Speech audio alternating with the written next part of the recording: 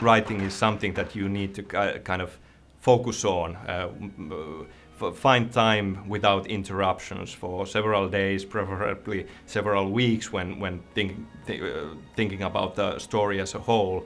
So for Alan Wake, for example, I spent a few weeks of the project locked away in a cabin by a lake to get peace and quiet and write it, and also to get a feel of the proper stage of cabin fever that Alan Wake is going through.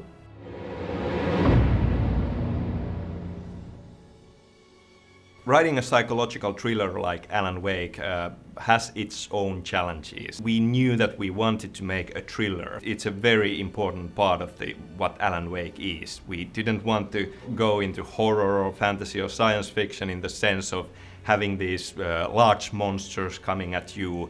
We wanted to kind of leave that ambiguity in there, and with a psychological thriller there's always this question, what is real and what is not, and how much of this is the main character just imagining or hallucinating or dreaming up. You can't take shortcuts with the story, and you can't cheat.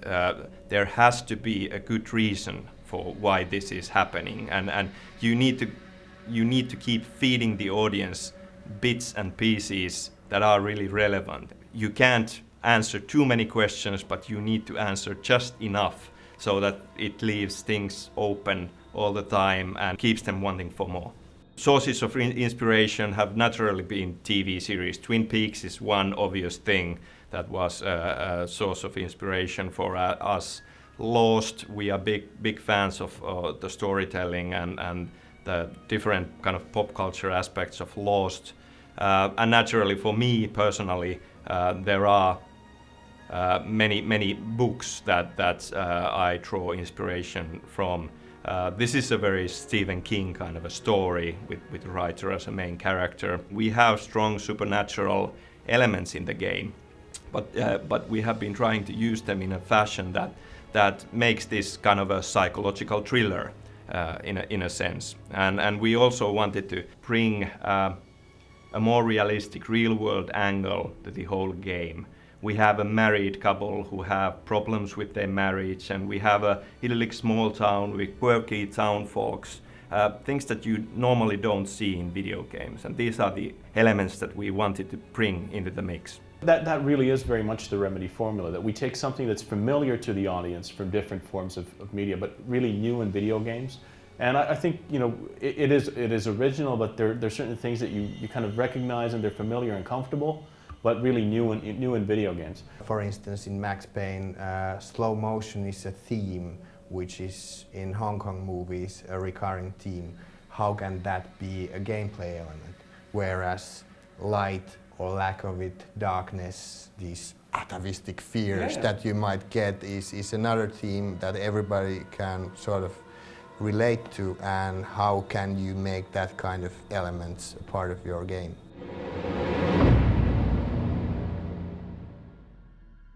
We didn't want to have an action hero as the main character, because that's basically what every action title out there is doing. We wanted an everyman who grows into this role. And that's where kind of the idea of using a writer as the main character came from.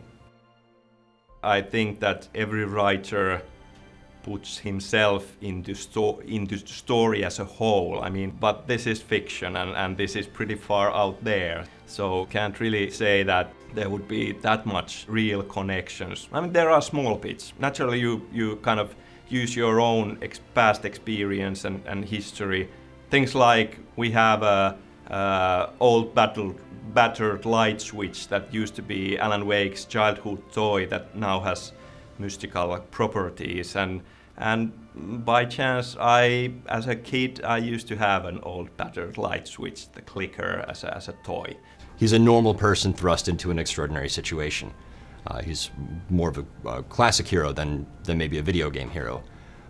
So there's the challenges there of making him feel like a normal person. He's a person that you can believe that is real and could exist in other media outside of games as well. He's a bit like you and I. He's not a superhero. He's not, he doesn't have any special powers. He's just a guy that uses his wits and smart thinking to get through the challenges that face him. As an actor, it's a great character. It's like every actor wants a dark, a troubled, kind of a searching character to play.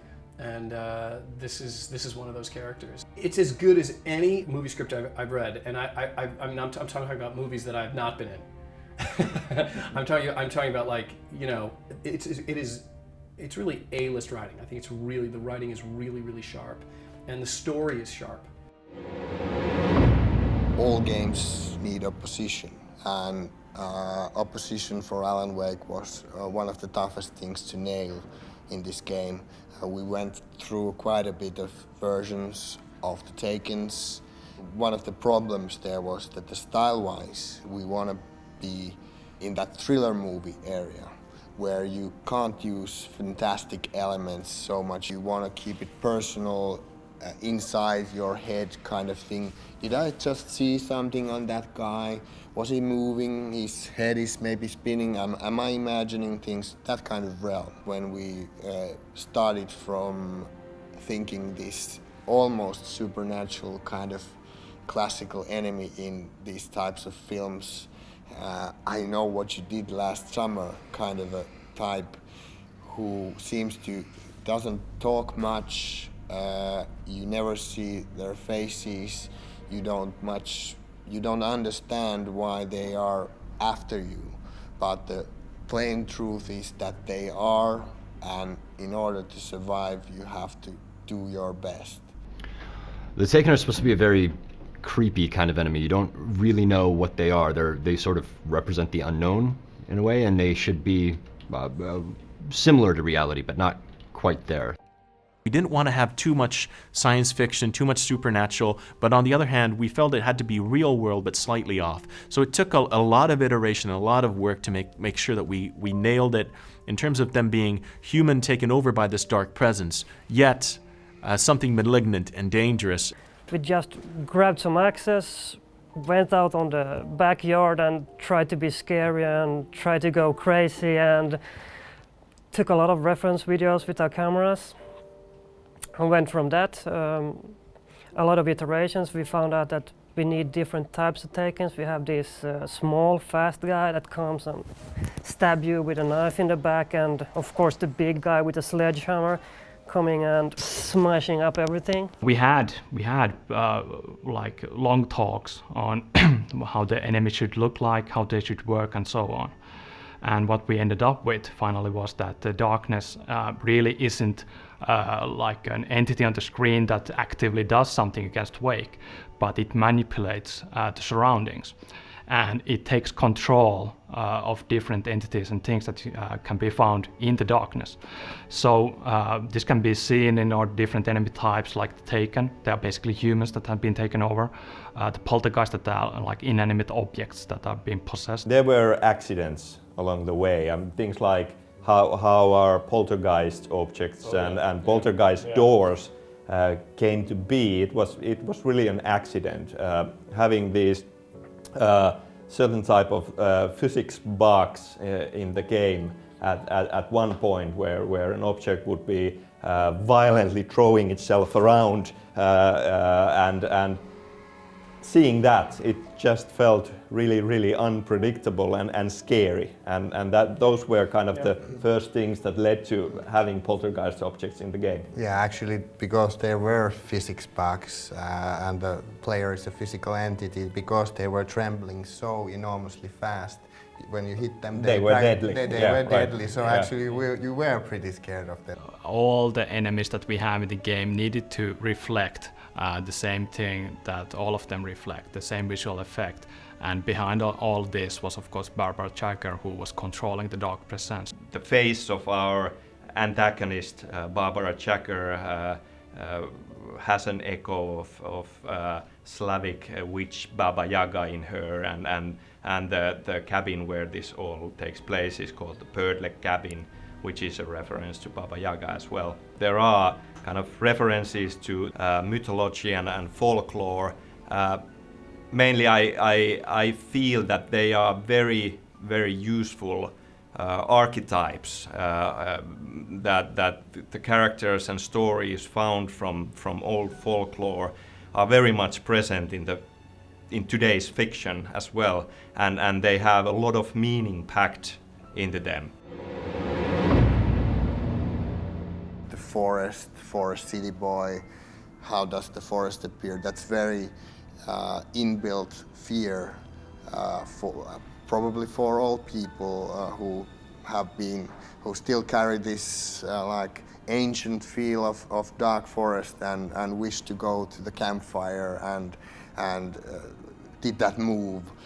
What was that? Like everybody can imagine if fear takes the better of you when you're alone in woods, how you start thinking that all the environment seems to be alive, and sometimes in our game it really is alive, and how there's an axe murderer hiding probably behind each tree. With Alan Wake, the Pacific Northwest is basically the real deal, but it's subjective interpretation of Pacific Northwest. The trees, the machinery, big things are slightly bigger, certain things which are dark are slightly darker, and to bring out that feeling of pressure, the hostile environment. There's quite a lot of fog in Pacific Northwest, especially in the autumn time, which is the time when Wake and Alice are here at Bright Falls area. The fog draws out the silhouettes of the environment, the ferns, the spruce trees. So when you go close, you realize this is a spruce tree, but when you go further up, it's like a layered silhouettes of objects which emerge from the fog, and that also brings more sort of claustrophobic feel, how the forest like is pressing on you. We wanted to bring up the psychological side. In the darkness, all the nightmares and the horrors come true, and when you get back into the light, it all seems to vanish away, and it's once again calm. So this is like this emotional step when you get into the light, and then when you go away from the light again, all the horrors and the nightmares come back. To me, light is like safety, order, something that you can understand. Darkness is the unknown that you don't know about, and you're quite sure what's happening there. It's chaos. This can be seen in the Poltergeist, in the Bet's effect, in the Shadow Shields, in all of the main pieces that we have in the game. We wanted to convey the intrigue, the suspense, and make the player emotionally involved and motivated to take Alan Wake to his destiny, to see what happens to him, and hopefully help him to solve the mystery of his missing wife, solve the mystery of this town of Bright Falls. What does it all mean, and how can this all be?